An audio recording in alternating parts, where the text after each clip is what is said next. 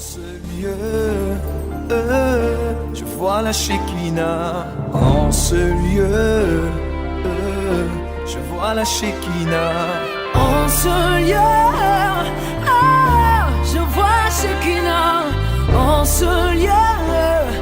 Shalom, shalom, bien-aimés amis de Jésus. En ce mardi matin, nous sommes dans la présence du Seigneur et nous sommes rassemblés au nom du Père et du Fils et du Saint-Esprit. Amen. Alors, bien-aimés amis de Jésus, ce matin, nous allons dire merci à Jésus. Je crois que il est la priorité de ta vie, il est la priorité de ma vie. Il est l'appel fine, cet appel de grande valeur que nous cherchons. Et ce matin, j'aimerais t'inviter déjà à commencer à dire merci à Jésus. Quel que soit le lieu où tu te trouves, peut-être que tu es en voiture, peut-être que tu es à la maison, peut-être que c'est le soir que tu écoutes cette vidéo. Alors j'aimerais peut-être que tu l'écoutes en famille. Oh, dis merci à Jésus avec moi, s'il te plaît. Dis-lui merci parce qu'il est l'appel fine. Il est l'appel de grande valeur. Il est le plus précieux que l'or, plus précieux que le diamant. Oh Seigneur, ce matin, je voudrais te dire merci avec mes frères et sœurs. Merci parce que tu es le Dieu fidèle. C'est toi qui nous donnes la vie. Et ce matin, ce mardi matin, tu nous as réveillés sains et saufs. Une occasion de nous convertir. Une occasion de nous rapprocher de toi. Une occasion encore de te célébrer, de t'adorer. Une occasion de t'exprimer notre reconnaissance et notre amour. Une occasion de parler de toi à quelqu'un, Seigneur. Une occasion, Seigneur, pour changer notre vie et pour accroître encore, Seigneur, notre relation avec toi. Jésus, tu es le Dieu de merveille. Et ce matin, bien-aimé, je t'invite à le célébrer. Je t'invite à élever le nom de Jésus. Je t'invite à élever, oui, le nom de Jésus. Parce qu'il est l'alpha, il est l'oméga. Le lion de la tribu de Juda. Ce matin, Jésus, que ton nom soit élevé. Ce matin, que ton nom soit célébré. Merci encore, Jésus, pour le don de ton esprit. Est-ce que quelqu'un peut commencer à parler au Saint-Esprit? Est-ce que tu peux dire, Saint-Esprit, je suis là, je sais que tu es déjà présent. Je voudrais que ce matin tu me touches comme jamais tu ne m'as touché. Je veux que ce matin tu te révèles à moi pour que je puisse te connaître davantage. Est-ce que tu peux le dire au Saint-Esprit? Est-ce que tu peux le dire avec foi? Est-ce que tu peux désirer réellement sa présence et son agir dans ta vie? Oh, alléluia, Esprit de sainteté. Ce matin, viens me toucher. Viens, Saint-Esprit, te saisir de ma personne. Viens et que ta présence jaillisse sur la vie de tous mes frères et sœurs du renouveau charismatique. Que ta présence jaillisse, ton onction se répande, Seigneur, maintenant sur la vie de tes enfants que nous sommes. Et que tu prennes le contrôle de nos vies. Saint-Esprit, j'ai plus que besoin de toi. Nous avons plus que besoin de toi ce matin. Yo macabreo seke. Rababa kondorobos. Rekaribanderebao sokibrao sata. Yom tarabako shekeribao so. Rababa kendibao sokiribakai shibreo sa. Rebebebe kondarabakai shikeribao soto. Merci Saint-Esprit, ce matin pour ta merveilleuse présence. Seigneur, pour ta présence qui est en train de saisir quelqu'un ce matin. Pour ta présence qui est en train de se déployer, Seigneur, dans la maison de quelqu'un ce matin.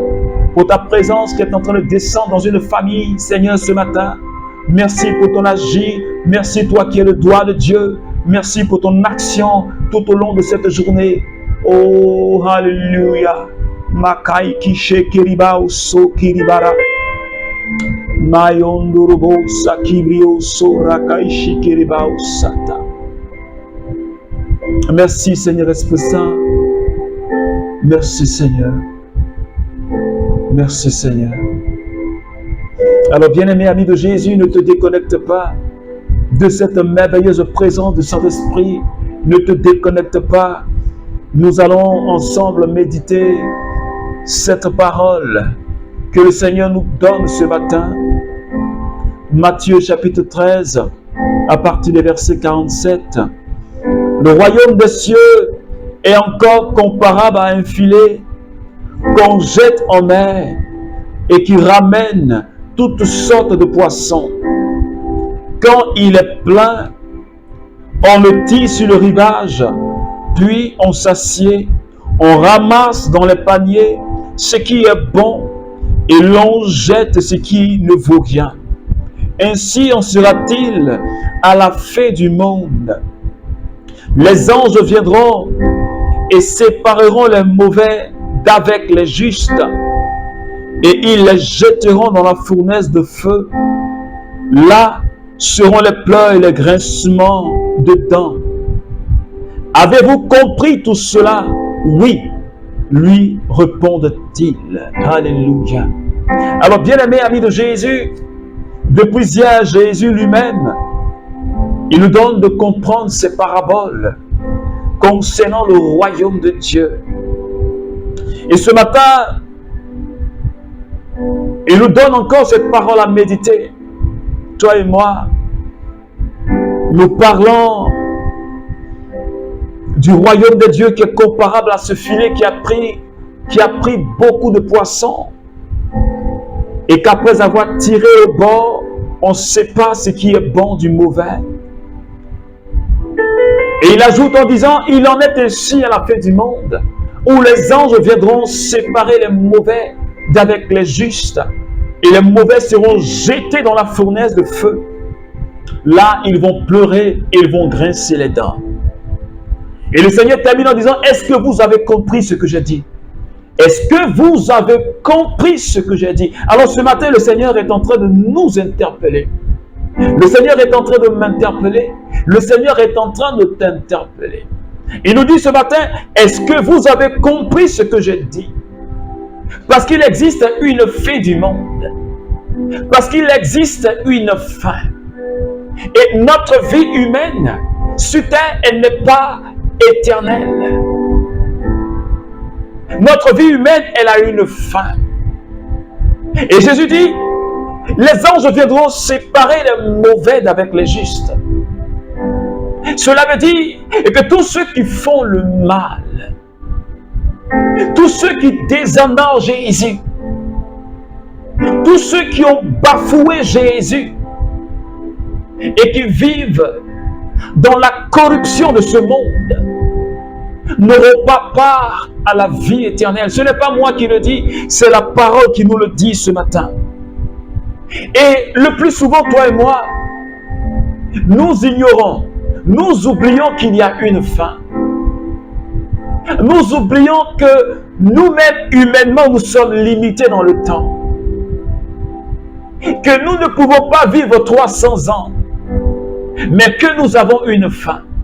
Et parce que nous avons une fin, alors cela doit nous emmener, toi et moi, à une conversion véritable.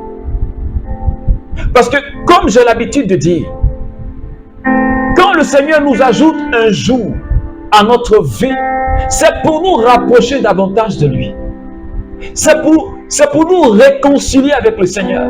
Alors ce matin, je suis en train de dire à quelqu'un, s'il y a dans ta vie des choses qui n'honorent pas le Seigneur, il faut dès maintenant, comme la Bible dit, quand tu entends la parole de Dieu, ne ferme pas ton cœur. S'il y a dans ta vie des attitudes, s'il y a dans ta vie des comportements, s'il y a dans ta vie des pratiques qui n'honorent pas Jésus, qui déshonore Jésus. Je crois que le Seigneur te donne aujourd'hui pour que tu puisses te défaire de ces choses. Le Seigneur te donne aujourd'hui pour que tu puisses abandonner ces choses. Pour ne pas qu'à la fin, au soir de ta vie, tu puisses le regretter. Mais il sera trop tard, je le dis tous les jours. Le temps que le Seigneur nous donne, vivons chaque jour de notre vie comme si c'était le dernier. Alors donnons-nous les moyens de nous réconcilier avec Dieu. S'il y a des pardons à donner quelque part, il faut pardonner. S'il y a des réconciliations à faire quelque part, il faut te réconcilier. S'il y a des pratiques à abandonner, il faut les abandonner. Il ne faudrait pas que la mort te trouve dans ces pratiques qui n'honorent pas le Seigneur. Il ne faudrait pas que ces attitudes-là, restent dans ta vie. Et Saint Paul le dit, Galates chapitre 5, à partir du verset 19, tu peux lire. Toutes ces personnes qui pratiquent la débauche, qui vivent et qui pratiquent la fornication, ces personnes qui vivent dans la sorcellerie, qui pratiquent cela, ces personnes qui vivent sous l'influence de l'esprit de ce monde, si tu ne te convertis pas, si tu ne renonces pas à cela, Saint Paul dit, tu ne vas jamais hériter du royaume de Dieu. Tu n'iras pas. Et je crois que toi et moi, notre désir, c'est d'entrer dans la gloire de Dieu. Et le plan de Dieu pour nous, c'est d'entrer dans sa gloire. Alors, ne compromettons pas notre salut. Ne compromettons pas la gloire qui nous est promue.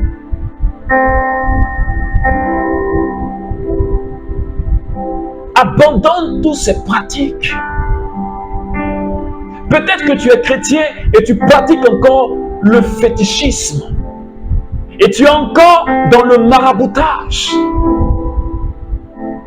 Ou tu es dans des pratiques de la sorcellerie. Tu es dans les commérages et les critiques. Et tu vis dans l'hypocrisie, dans le mal. Quand tu vois ton ami, ton frère, ton prochain, tu ne l'aimes pas. Tu n'aimes pas les enfants des autres. Tu calomnies les autres. Tu vis dans le mensonge et dans le vol. Et cette petite vie-là, tu la caches aux yeux des hommes. Mais Dieu, lui, sait. C'est en cela que Jésus a dit en Matthieu chapitre 7, il dit à la fin, les gens viendront lui dire, Seigneur, Seigneur, nous avions fait ceci en ton nom. Nous avions fait cela en ton nom. Il dira, je ne vous connais pas. Allez-y loin de moi, vous qui faites le mal. Et ce matin, il dit, les anges viendront séparer les méchants. Ceux qui font le mal, ils seront séparés des justes. Les justes seront près du Père. Et les méchants seront jetés dans la fournaise de feu. C'est une réalité, s'il te plaît, bien-aimé. C'est une réalité. Cette fournaise de feu. L'enfer est une réalité. Et ce matin, j'aimerais interpeller chacun de nous. J'aimerais nous interpeller, nous qui sommes enfants de Dieu. Et même si toi qui pries avec moi, mais qui n'as pas encore reçu la personne de Jésus, je voudrais que tu puisses prendre conscience de cela. L'enfer est une réalité. L'enfer est une réalité. Cette fournaise de feu est une réalité. Et si nous ne nous réconcilions pas avec le Seigneur, au soir de notre vie, il sera trop tard. Et c'est pourquoi Jésus a dit, est-ce que vous avez compris ce que j'ai dit? Alors je t'invite à ne pas endurcir ton cœur. Je t'invite à pardonner à cette personne qui t'a blessé. À te réconcilier avec cette personne qui t'a blessé. Parce que si tu meurs dans cette situation et n'ayant un pardon à donner, où sera ton âme? Où sera ton âme? Jésus a payé le prix sur la croix Golgotha pour que toi et moi nous soyons sauvés. Il a versé son précieux sang, non pas pour des animaux, mais pour toi et pour moi. Parce que nous avons de la valeur et de l'importance aux yeux de Jésus. Et le plan de Dieu, c'est que tu sois sauvé et que tu ne sois pas jeté dans la fournaise de feu. Alors ce matin, j'aimerais que tu donnes toute ta vie à Jésus. Et que ton cœur soit totalement dédié à Jésus. Si le Seigneur insiste depuis la semaine passée que nous parlions de conversion, c'est parce qu'il y a une urgence. Que tu sois croyant ou pas, il y a une urgence à abandonner les choses de ce monde et à donner son cœur réellement à Jésus. On peut être quelqu'un qui va à l'église, mais son cœur n'est pas à Jésus. Tu peux bien être dans un groupe de prière, mais ton cœur n'est pas à Jésus.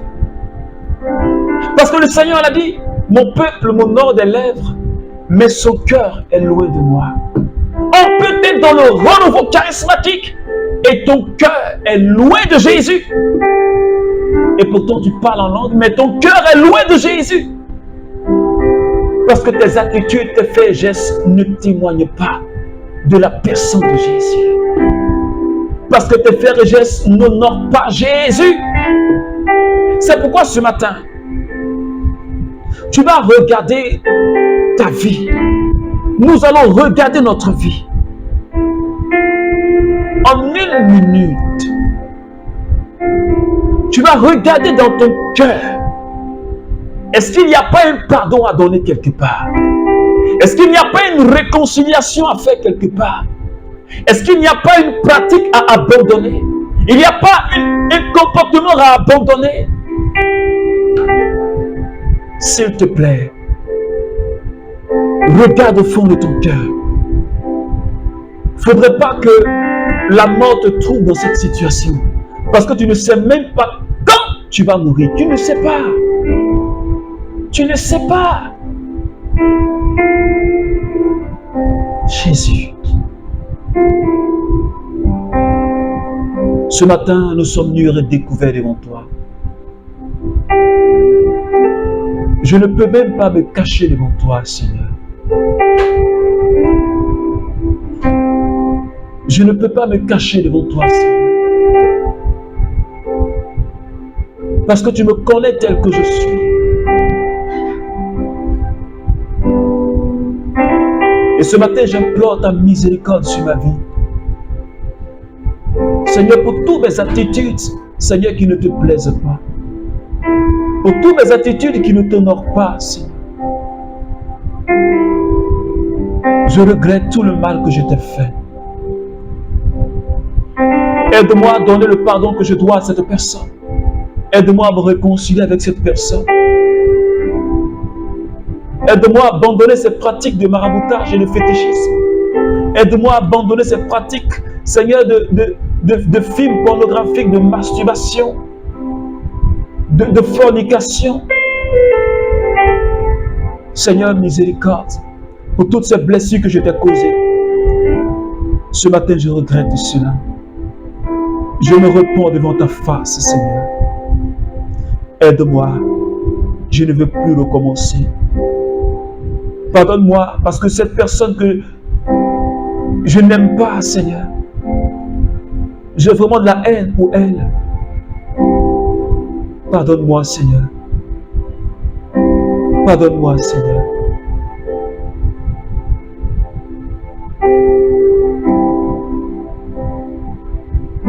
Merci, Jésus, de nous laver par ton sang et de nous accorder ta grâce ce matin. Alors, bien-aimés amis de Jésus, tout au long de cette journée, nous allons continuer à méditer ce texte et demander au Seigneur de nous aider à abandonner, à enlever le mauvais qui est en nous, qui nous donne cette force. Humainement, nous ne pouvons pas, mais que par la présence, la force de son Esprit Saint, nous puissions nous débarrasser de tout ce qui est mauvais en nous dans un examen de conscience et que nous soyons plus purs devant le Seigneur, nous puissions nous rapprocher davantage de sa présence. Alors que Dieu nous bénisse, au nom du Père et du Fils et du Saint-Esprit. Amen, amen, amen.